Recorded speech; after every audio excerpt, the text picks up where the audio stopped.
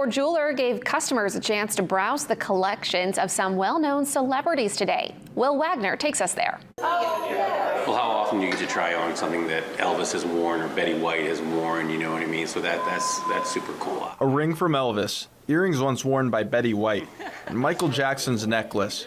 Those were just some of the pieces in the Singer Estate collection, displayed at Designs by Aaron in downtown Bangor on Tuesday. It's amazing to be able to even have the chance to see some of them in person, let alone touch them in person. This is the second year the store has welcomed the collection, and it is definitely drawing a crowd. Though the store doesn't specialize in historic pieces, the owners and customers have been fascinated by the various styles and craftsmanship within the collection. It's been our motto not to carry the same thing you're going to see everywhere else.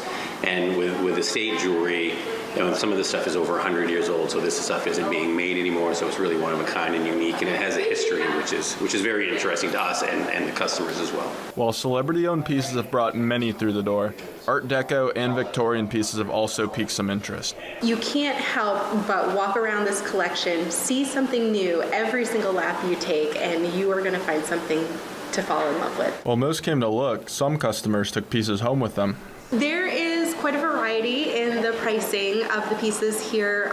Prices start at about $500, and they're going to go up from there. I know I've seen a ring here for upwards of $50,000. A collection as remarkable as this one can't stay too long, with Tuesday being the only day it was on display.